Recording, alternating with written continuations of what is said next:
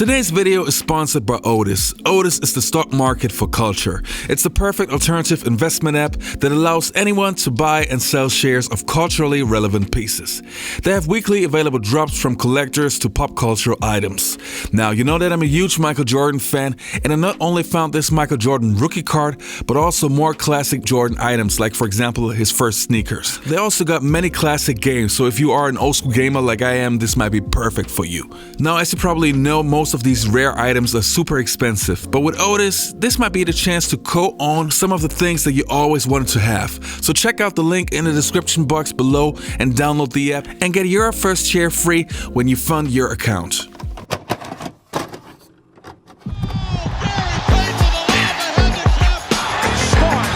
Hey guys, this is Dominique Wilkins. Hey, this is Sean Kemp. This is Gary Payton. Hey, this is Pau Gasol. NBA fans, what's up? This is Vince Carter here. Hey, what's up? This is Matt Barnes. If you're an old school NBA fan like I am, make sure you check out the Basketball Time Machine with my man Sean David. Hello, good day everyone. Welcome back to the Basketball Time Machine. I'm your host, Sean David. Thanks for tuning in. Now, you know what time it is. It is old school NBA time. In today's episode, I want to take a look at NBA legends, talking about one of my favorite players from back in the days, a player that unfortunately doesn't get the credit that he deserves because he's still not in the Hall of Fame. Penny Hardaway. Penny Hardaway still not in the Hall of Fame. What a crime. Anyway, but before we start with this episode, I want to give a quick shout out to the Patreons of this episode. Thanks a lot, you guys, for supporting the show. As always, it's really appreciated. All right, enough said. Let's dive right into today's episode.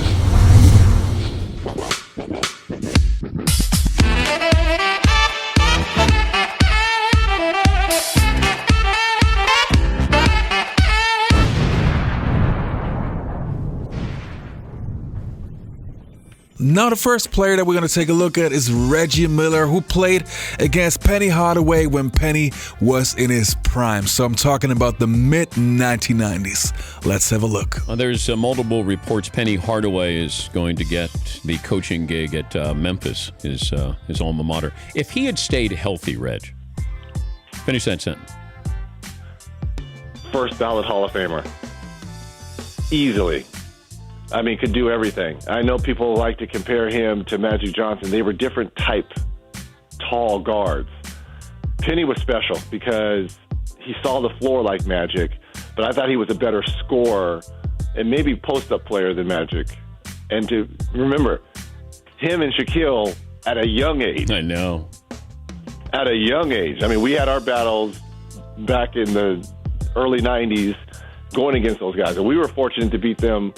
But Penny was just a rookie. So I knew the following year, once he figured it out, and they took us to 7 games and beat us in 7 games. So. Now, next we're going to take a look at NBA players that also played with Penny Hardaway. But what many people seem to forget is that Penny actually played for the Phoenix Suns, and it was the backcourt 2000. Let's have a look. Clearly on paper, if both players were healthy and both players were, functioning the way they were capable of, it was a fantastic backcourt pairing. 2 playmaking guards, 2 scorers, two guys that played with pace, played with energy, shot-making ability. In Penny's situation, a prolific scorer in his prime. With the bounce that he had in his prime. It was a really an interesting and unique combination. Although both combustible, both have ego, I think they really wanted to make it work.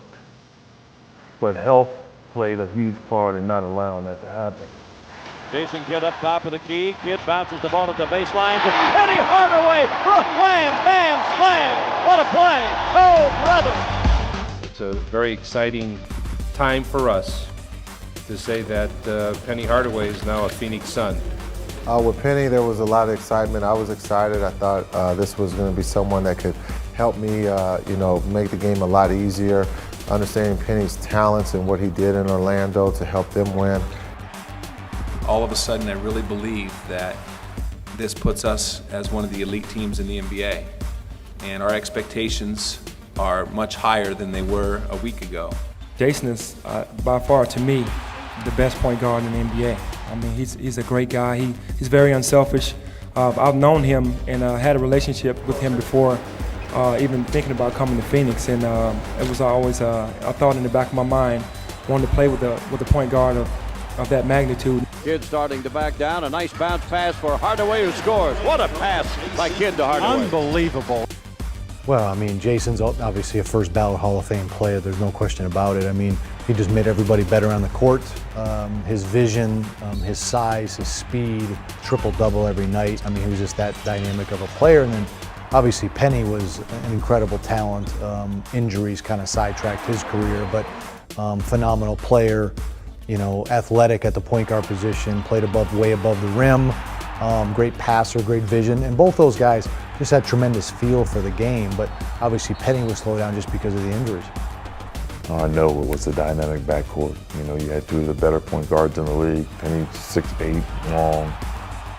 Both could, you know, play off the ball or on the ball. I think you had two very gifted guards, physically talented, skills talented, and the way they thought the game was on another level. We never got a chance to even see if they were truly a good mix or not. And that was unfortunate because of injuries to, you know, Penny. Now for the next clip, I'm going to show you some NBA legends, but also mix it up with some incredible Penny Hardaway highlights. He reminds me of a Penny Hardaway type guy. Tall guy, skinny, can do it all. And think what Penny Hardaway used to do with Shaq. And now he's doing this on the court, doing some fantastic, electrifying the crowd with his passes and be able to come and knock down threes. They always talk about the next Michael Jordan, but who is your game pattern after? You know, I never pattern my game after anybody, but I can receive flashes of magic and some of Penny Hardaway, one of my favorite players. Time to give them their roses, and we're excited for this one. Penny Hardaway. In 3 seasons together in Orlando, Penny and Shaq averaged 56 wins per season, a 4-time All-Star, 3-time All-NBA. It is for our segment, Give Them Their Roses, where we have NBA players that we think need to get more love. And the man, the myth, the legend is joining us now, Anthony Penny Hardaway. I'm turning this one right over to Shaq. We turned it over to Reddit earlier, and we'll have those responses. But Shaq, give Penny his roses. Give me a story and how much you love this guy. Well, I can remember when I first got to Orlando, guys were saying, Shaq, you got to take over, you got to take over, you got to take over. I was always the guy that didn't like to say much, but I went to LA to shoot a movie called Blue Chips. And as I told you guys earlier, I don't pay attention to who's coming out or who's doing what. That's not my style. So I'm playing, you know, and they're like, okay, Penny, you play with Shaq. And like every time I put my hand up, this guy's hitting me with perfect passes. So finally I asked my boy Chicago, I said, yo, who's that actor over there? He said, yo, man, that's Penny Hardaway. And I was like, who is that? He's like, yo, man, he plays for Memphis and they say he's gonna be the number 3 pick. So, the draft comes around, Orlando gets the first pick. So now I'm remembering everybody saying, Shaq, you gotta exercise your power. So I go in the office and say, hey, if y'all don't give me Penny Hardaway, because I've just been playing with this guy, shooting movies all summer, me and him could be the new Magic and Kareem of this era. If y'all don't get me him when my deal is up, I'm going to talk about doing something else. And they promised me they would. So now I'm at the house, I'm watching the draft. They draft Chris Webber.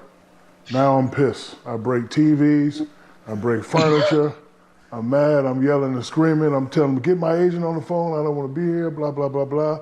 And then after I calm down, I see that they traded Chris Webb and we got Penny. And it was very, very special. Penny is a mixture of all the other guys that I played with. At times he was like D Wade because he could just take over the game. And I would have to tell him sometimes, like, Penny, you go ahead and go, it's you. He's sort of like, LeBron, he's a great passer. Whenever I wanted the ball, whenever I ran the floor, he always got me the ball. We never had problems. And, he had that killer instinct of Kobe. And I hate to see his career cut short because of injury, but if he didn't have injuries, I think people would, definitely hear his name more, because Penny was the coldest young cat that I've seen ever since D-Wade, LeBron, and Kobe. So how good was Penny Hardaway in my opinion? Well, as already mentioned earlier, not only was he one of my favorite players from the 1990s, but to me he was a unique talent. I mean, he could score, he could rebound, he could pass, he had the court vision like a Magic Johnson, he could defend, he was just that good. And I just wanted to make that video to show the younger folks you gotta check out Penny Hardaway. So you guys, I hope you enjoyed the video. Please do me a favor, like if you enjoyed the video. Also subscribe to the channel if you're new to the show. And I would say I'll see you next time on the Basketball Time Machine. Take care and goodbye.